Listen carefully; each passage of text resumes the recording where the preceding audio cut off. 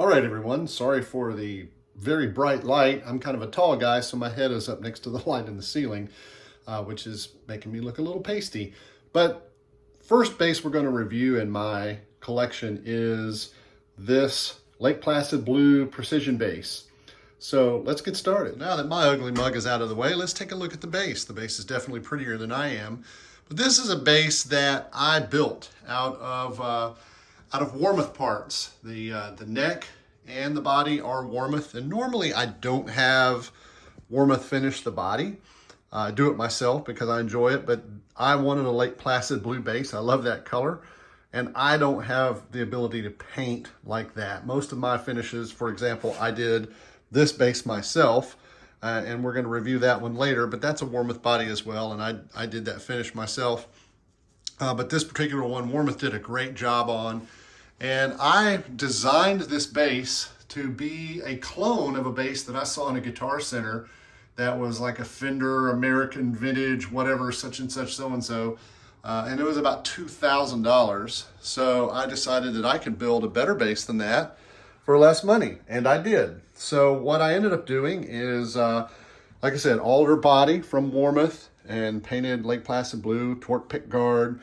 The neck on this bass is absolutely special. I've never seen anything like this.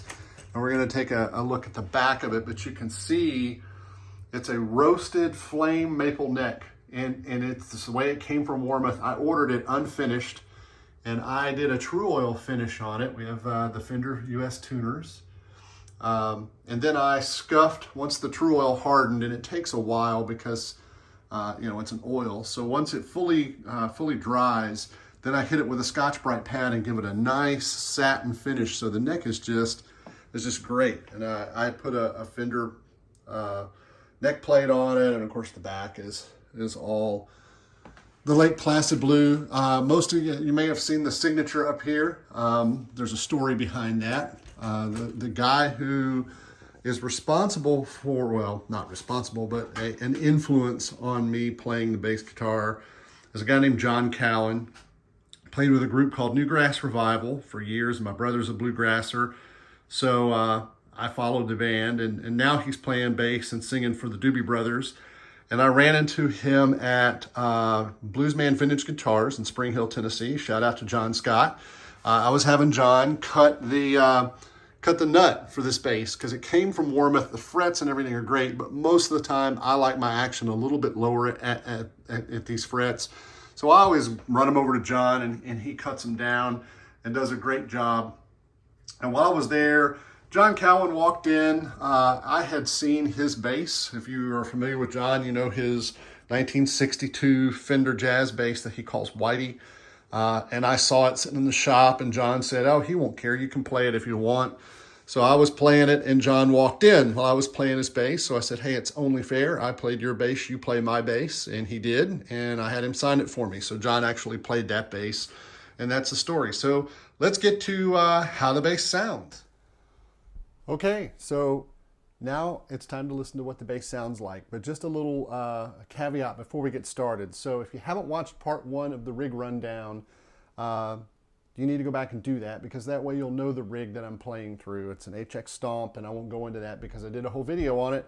But because I'm not a professional YouTuber and I don't have professional video switching capabilities, there's going to be a little clunkiness as I mute my vocal mic to play the sound samples and change the track, or change the input that the bass is going into into the mixer. I can't talk today for some reason, but I do have an amp in this room, and if I don't mute the mic, then you'll hear the amp and you'll hear the room and the echo in the room, so it won't really give you an accurate representation of what the bass and the actual rig it sounds like. So let me first just run through a few sounds on the bass while I still have the mic on, and then I'll turn the mic off and just play a couple of samples of just the rig itself, and then I'll bypass the rig, the HX Stomp completely, and just run direct into the board so you can hear the raw sound of the bass. So this is, obviously it's a precision bass, flat wound strings. These are the heavy gauge 1953 Jamerson strings, and they are absolutely marvelous. And anyone who tells you, oh, they're guy wires, they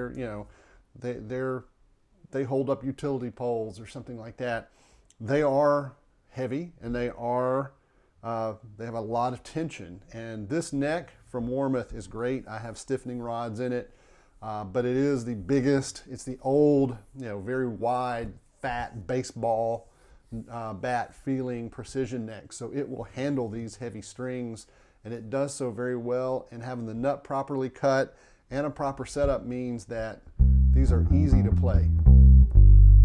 Very easy. They're not hard. They're anybody who says that, you can bend them. So they're great. They're great strings, and they really did transform this bass. The other thing that's a little unique about this bass, and you may have noticed it earlier, is these blade pickups. These are definitely not what you would normally see on a vintage reproduction bass. I had a Lindy Fralin pickup in this bass, and it sounded great, but it just didn't have any balls to it. It just didn't have that weighty bottom end that I was looking for, that I want in a bass. I am a bass player. I'm not a bass guitar player. I don't play a lot. I don't play a lot up here. I play, like the old saying goes, there's not a lot of money above the fifth fret. And that's true unless you're Victor Wooten or Billy Sheehan or somebody like that. Most people want to hear a bass player go. I mean, that's what most people want when they hire a bass player, especially if they're a guitar player. Stay out of their way. And I do that. I'm one of those meat and potato bass player guys. Not necessarily by choice. It's because I can't play. I'm not a slapper or anything like that. But at any rate, these strings are absolutely great. And with this pickup, the Nordstrom pickup, it's called a Power Blade. A friend of mine built a P bass, same as I did. He built it out of parts, and he put one of these pickups in it, and I played it, and I was like, holy cow, that's what I want for my bass. So I bought one and put it in there, and it's fantastic. And you can just hear this bass is got that old school thump going down,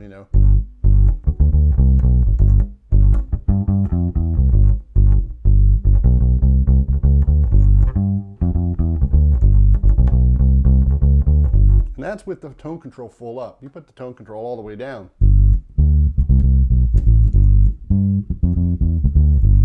It's, here's the tone at 50%. So it's a thump machine. Then Kerry Nordstrom has another little invention called the Nordy Mute. And when you put the Nordy Mute on, you stick it on the bridge, or right in front of the bridge. And it does something that most mutes don't. If you do a piece of foam under the strings, it pushes on the strings and can actually make them go sharp.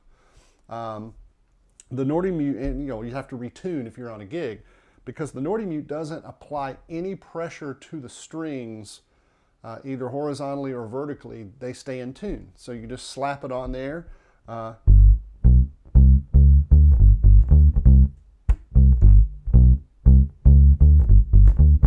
And you just get that old school thump, Ooh, that was a mistake.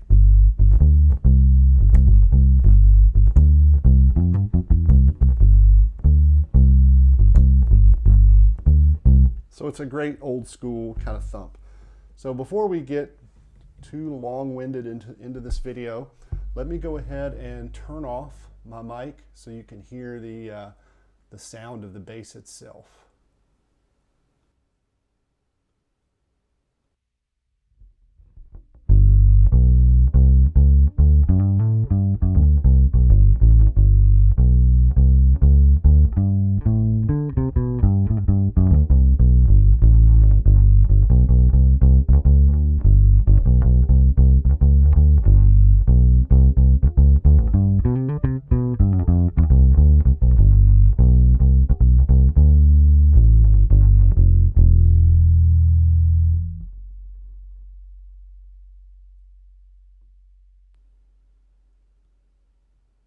So that was the bass with the Ampeg SVT Sim.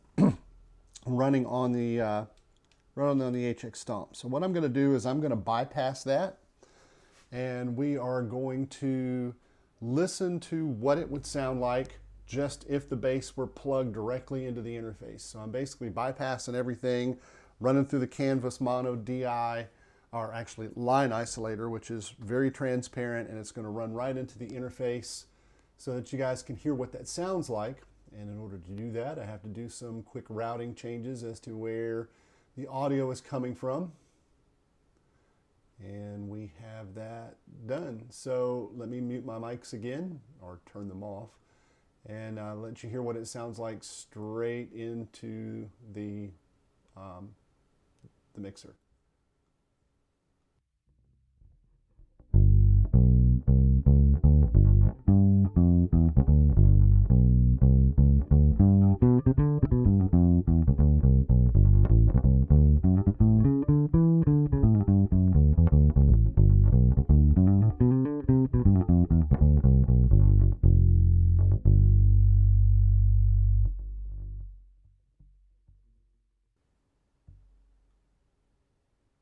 And there we go.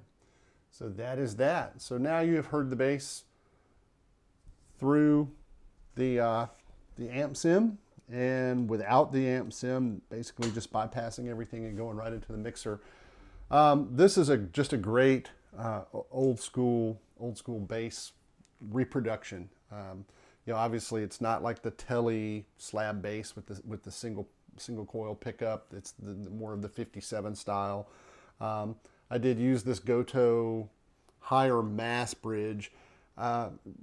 There's nothing wrong with a regular bent steel bridge. I guess it's an aesthetic thing. I don't know. I like the beefier bridges, and you'll kind of see that in my collection as we go along. All of my basses except for my Harley Benton fretless, which is just my bass that I bought because I wanted to experiment with fretless. But we'll get into that later on when I review that bass. All of my basses have beefy bridges on there. Doesn't necessarily make them sound any better. I've heard bent steel bridges and you couldn't tell a difference, but I just like the beefier ones. So that's going to do it for this review of my Warmoth quote-unquote Fender precision bass. And hope you enjoyed it, and keep an eye out on the other parts of my bass reviews. Thanks, everybody. Bye.